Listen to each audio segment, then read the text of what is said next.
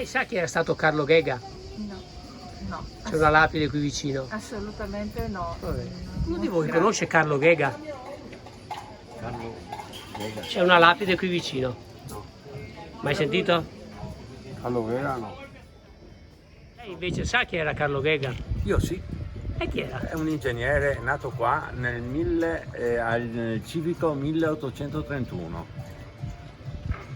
e a Vienna, al Museo della Scienza, ci sono 2 sale intitolate a lui. Ma però, non so perché, ma ho l'impressione invece che questo signore Carlo Ghega lo conosce bene. Beh, non solo lo conosco, ma mi sono anche preparato. Ho qui con me difatti una mostra che è stata organizzata per i 150 anni dell'Unità d'Italia, Venezia nel 2011, Venezia allora doveva ancora essere annessa e la mostra si chiamava Venezia che spera.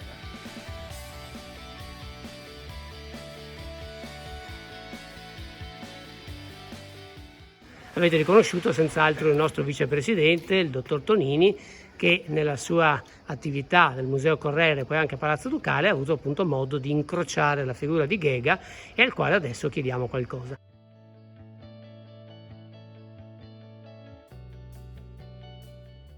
Da questa fondamenta di San Gioacchino mosse alla vita Carlo Ghega. Quando Ghega nasce nel 1802, questo rio arrivava fino al bacino, in quanto non era stata ancora fatta da la via Eugenia, allora che poi diventa via Garibaldi. Ingegnere, Carlo Ghega si laurea nel 1819 all'Università di Padova, dopo essere stato imbarcato nella marineria austro-veneta. Anche i suoi genitori e la sua famiglia è di origine albanese, ha avuto sempre questo impiego, questa occupazione proprio all'interno della marineria. Qui siamo nella zona più importante dell'Arsenale, qui è proprio il nucleo, la casa degli arsenalotti, ma qui c'era anche, qui siamo a Sant'Anna, qui c'era anche la scuola superiore di marina dove il giovane Ghega passa i suoi anni, ma intanto, sensibilità evidentemente artistica, aveva studiato anche all'Accademia di Belle Arti. E a Ghega c'ha la responsabilità per esempio di fare dei tratti della via di Alemagna, quella che porta da Venezia diciamo, verso Cortina, verso le Dolomiti, e anche della Valsugana. Però presto viene scelto come responsabile delle costruzioni ferroviarie dell'impero austriaco e la politica degli Asburgo era quella di fare delle rapide vie di comunicazione in maniera da poter trasferire merci, eserciti e quant'altro fosse necessario dalla capitale Vienna e dai suoi centri operativi fino verso le propaggini più lontane.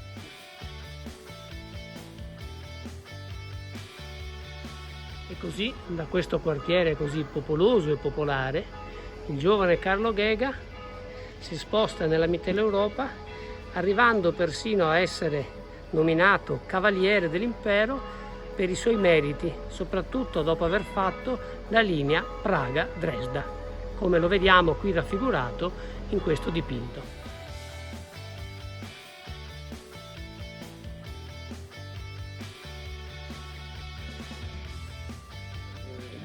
La sua opera maggiore, per la quale viene ricordato anche in questa rapide, è perché lui realizza il collegamento tra Vienna e Venezia attraverso un alto passo che è il Semmering, che è diciamo vicino a Lubiana, e col quale anche lo stesso imperatore Francesco Giuseppe poteva raggiungere qui a Venezia la sua bella Sissi quando soggiornava a Venezia, venendo, come è dimostrato anche dalle cronache del tempo, venendo quasi tutte le settimane in vagone letto da Vienna per raggiungerla qua a Venezia. Il Semmering oggi è un monumento di quello che si può chiamare l'ingegneria ferroviaria, e proprio all'apice del Semmering c'è un monumento che ricorda Carlo Gygax e questa sua progettazione di questa ferrovia alpina.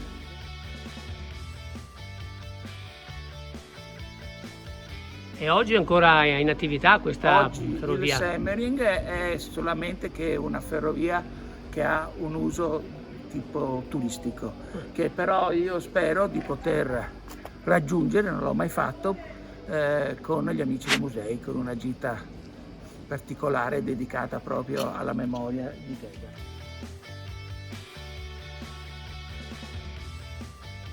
Sì. Gygax, il quale tra l'altro viene ricordato da un monumento anche al Museo della Scienza di Vienna, dove 2 sale le vengono dedicate, e che ha anche alla stazione di Trieste un suo busto.